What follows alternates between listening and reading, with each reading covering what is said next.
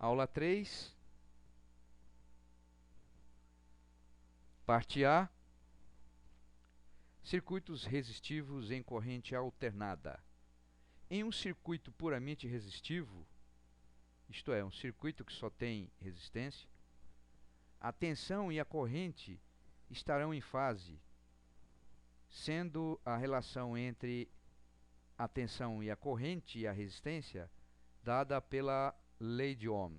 Isto é, I vai ser igual a V dividido por R, onde V é Vp seno de ômega t mais θ zero. E P vai ser igual ao valor de pico da corrente no circuito. É o valor de pico da tensão dividido pela resistência. Isto é, num circuito puramente resistivo, esse é o diagrama fasorial, onde esse é o fasor da tensão e esse é o fasor da corrente, e os dois giram com frequência ômega. Os dois estão em fase. Aqui nós temos a representação da forma de onda da corrente e da tensão, onde podemos ver que o pico da corrente acontece no mesmo instante que acontece o pico da tensão.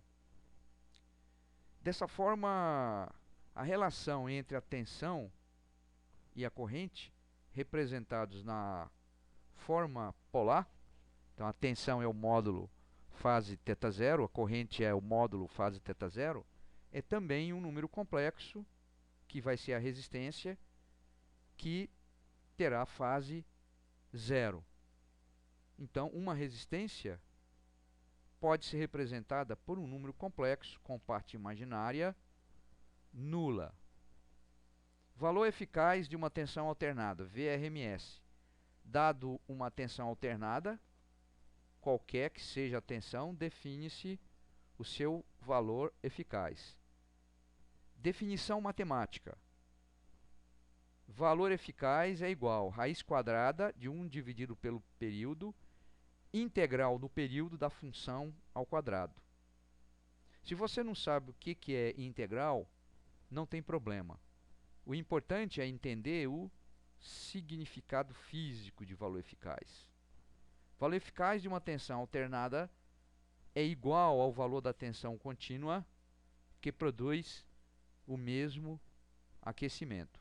Isto é, dado uma tensão alternada, no caso senoidal, alimentando uma resistência, ela vai sofrer um determinado aquecimento. Se nós alimentarmos essa mesma resistência por uma tensão contínua e o aquecimento for o mesmo, o valor dessa tensão contínua nós chamamos de valor eficaz da tensão alternada em questão. Então a pergunta é: como determinar esse valor eficaz? Então, no caso de uma tensão senoidal, o valor eficaz, VRMS ou V eficaz, é igual ao valor de pico dividido por raiz de 2. Ou então, se você quiser transformar uma conta de dividir numa de multiplicar, é 0,707 multiplicado por Vp, pelo valor de pico. Então, nós sabemos que em corrente contínua, a potência dissipada é calculada de 3 maneiras. Tensão multiplicado pela corrente, tensão ao quadrado dividido por R, e a potência dissipada é igual a R multiplicado por I ao quadrado. E em corrente alternada? E se a tensão aplicada for uma tensão senoidal de valor de pico Vp? As expressões são as mesmas. Então, dado uma tensão senoidal alimentando uma resistência, podemos determinar qual a potência dissipada em calor usando uma dessas três expressões. Potência dissipada é valor eficaz da tensão multiplicado pelo valor eficaz da corrente, onde obviamente que o valor eficaz da corrente é o valor eficaz da tensão dividido por R. Potência dissipada é o valor eficaz da tensão ao quadrado dividido por R. E por fim, a potência dissipada também pode ser calculado fazendo o produto de R pela corrente eficaz ao quadrado. Qualquer uma dessas três expressões permite calcular a potência dissipada quando uma resistência é alimentada por uma tensão senoidal. Mais uma vez, vamos supor que nós temos uma tensão senoidal de valor de pico 310 volts, alimentando um resistor de 50 ohms. Qual é o valor eficaz desta tensão? Isto é, qual é o valor da tensão que é aplicada na mesma resistência, da tensão contínua, que é aplicada na mesma resistência, produzirá o mesmo aquecimento.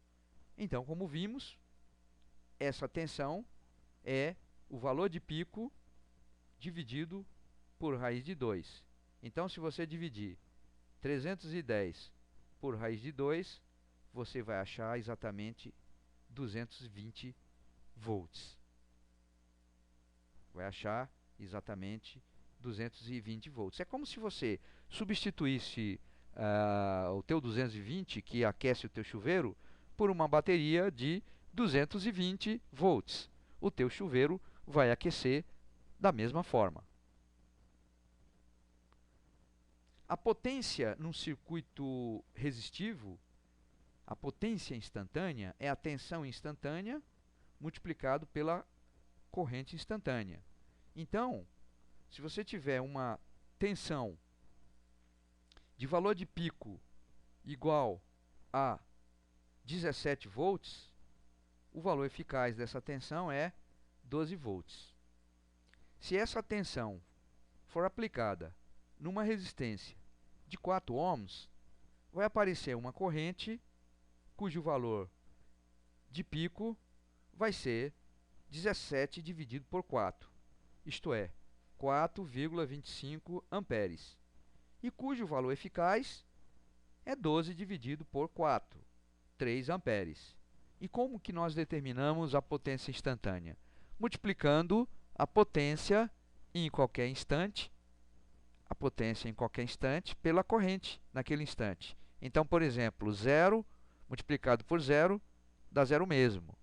Se nós multiplicarmos o valor de pico da tensão pelo valor de pico da corrente, obtemos esse valor. E assim por diante. Então, observe que o gráfico da potência ele vai ser sempre um número positivo, porque quando a tensão é positiva, a corrente é positiva. É nesse intervalo. Quando a tensão é negativa, a corrente também é negativa. Então, o produto resulta também um número positivo. Pois bem, a potência dissipada nesse resistor é o valor médio desta função que está aqui desenhada. Ou então, você pode calcular este valor fazendo qualquer uma daquelas contas que já foram feitas antes, mostradas antes. É o valor eficaz multiplicado pela corrente eficaz. Isto é, 12 multiplicado por 3, que dá 36 watts. Que é esse valor aqui, é o valor médio desta função. Então, nesse exemplo, é 36 watts. Genericamente, para qualquer circuito, como veremos mais adiante, a potência dissipada em watts é calculada usando essa expressão genérica. V eficaz multiplicado pelo valor da corrente eficaz e multiplicado pelo cosseno φ, onde esse φ é o ângulo formado entre é o ângulo de defasagem, melhor dizendo, entre a tensão e a corrente. No caso de um circuito puramente resistivo, o ângulo de defasagem entre a tensão e a corrente vale quanto? Vale 0. Cosseno de 0 é 1. Então, a gente cai na expressão já vista, isto é, potência é tensão eficaz multiplicada pela corrente eficaz. Essa potência muitas vezes é chamada de potência útil ou potência real. Então aqui nós temos alguns exercícios propostos que fica para que você possa resolver. Então, por exemplo, vamos orientar. Dado as tensões V1 é 20 seno de ômega t, dado V2 5, fase 0 volts, V3 20 mais J15. Vejam que são três tensões representadas de três formas: trigonométrica, polar e cartesiana. Então pede-se para representar essas três tensões no diagrama fasorial. Por exemplo, vamos fazer o item 1. Então, a primeira tensão, então o diagrama fasorial, tem fase 0, V1. Então, vamos mudar aqui a cor. Então, V1 está aqui representado. É 20. Vamos supor que esse tanto aqui é 20 volts. O ângulo de fase inicial é 0. Onde está V2? V2 é 5 volts, fase 0. Então, V2 está aqui, ó. É um fasor menor que esse outro, mas estão em fase. Para acharmos qual é o ângulo de fase inicial, nós temos que representar V3 no plano cartesiano. Então, 20, parte real, 15, parte imaginária. Então, este é o ângulo de fase inicial. Vamos chamar de θ 0,3. Como que a gente determina esse ângulo? A tangente de θ 0,3 é igual a cateto oposto, que é 15, né? Dividido pelo cateto adjacente. Então, faça essa conta, use a máquina de calcular e ache θ 0,3. Esse ângulo é um ângulo que é um pouco menor de 45. Então, ele está representado aqui, ó. Qual é que é o módulo? Temos que achar também o módulo, né? Qual é que é o módulo de V3, né? O módulo de V3 é raiz quadrada de 20 ao quadrado mais 15 ao quadrado. Então, use a sua máquina de calcular e determine o módulo de V3. Então, deve estar mais ou menos por aqui, V3, né? Onde este ângulo aqui, ele é este ângulo aqui, ó, θ 0,3. Então, fica aí para você resolver. E o módulo é este valor aqui, ó. Raiz quadrada de 20 ao quadrado mais 15 ao quadrado. Isso aqui é 400 mais 225. Então, é raiz quadrada de 625. Vamos ver se temos aqui uma máquina de calcular. É fácil de achar. Se tiver, a gente faz. Senão, a gente deixa para lá. Está aqui, ó. Então, 625 raiz quadrada. Olha lá, 25. Então, este módulo é um pouquinho maior que 20, né? Então, sai um pouquinho aqui, ó. 25. Quer dizer, esse tanto aqui, ó. Esse tanto é 25. Tá? 25 volts. E resta achar o ângulo. Quanto que é o ângulo? Quanto que é o ângulo? Então, vamos aqui, ó. 15 dividido por 25 igual 0,6. Então, eu venho aqui, shift, né? Shift, arco tangente. Só que ele deu lá em radianos, né? Então, eu tenho que, de alguma forma, transformar isso, né? Vamos ver aqui, unidade, não é... Bem, 0,54 radianos, tá? Então, procure saber quanto que vale este ângulo.